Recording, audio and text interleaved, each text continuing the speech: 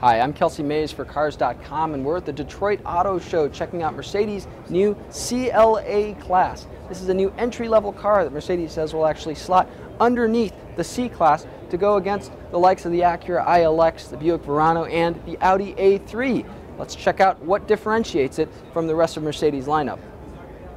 The CLA is a front-wheel drive vehicle, very unusual for Mercedes, which traditionally makes a lot of rear-wheel drive cars. It will offer 4MATIC all-wheel drive as an option. Now, this car has styling that runs very similar to the CSC, the concept style coupe that we saw in the spring of 2012. Very swoopy styling. It kind of mashes together sedan and coupe looks, similar in profile to Mercedes CLS high-end sedan.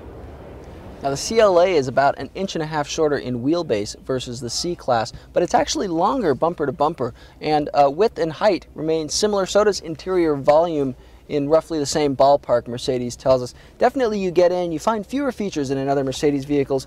Things like manual climate control, manually adjustable seats here in this car at the auto show. We'll have to see how final equipment specs flesh out to the version that the United States gets, but if this is any indication, definitely less premium in terms of features. Quality is decent overall. Padding where all the right spots are, a little bit less along the dashboard, but there is kind of a cool screen here in the center with Mercedes Embrace 2 entertainment multimedia system. It's got things like Facebook, Yelp, all the usual apps. Not yet clear on how many of those will be subscription service based and how many will just come standard that you can carry over after your subscription is over. Again, something that you want to keep an eye on.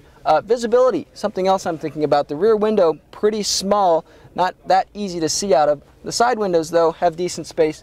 So does the front windshield, as long as you can get past these A-pillars, which also seem a little bit thick. Something that we've noticed in a lot of coupe-like sedans is that you lose some visibility in the name of shape. Definitely the case here. The back seat's reasonably packaged in terms of legroom. There is a pretty high floor hump here, expected when a car offers optional all-wheel drive. Headroom a little bit tight for me, as you can see. I kind of have to slouch a little bit, but the seat actually sits reasonably high off the ground, all things considered. Mercedes says there will be a standard folding back seat, something you don't get in some of the CLA's competitors. It folds down in a 60-40 split here, carries the center seatbelt with it, which is kind of nice because then you don't have to battle a center seatbelt if you're pushing stuff through the trunk.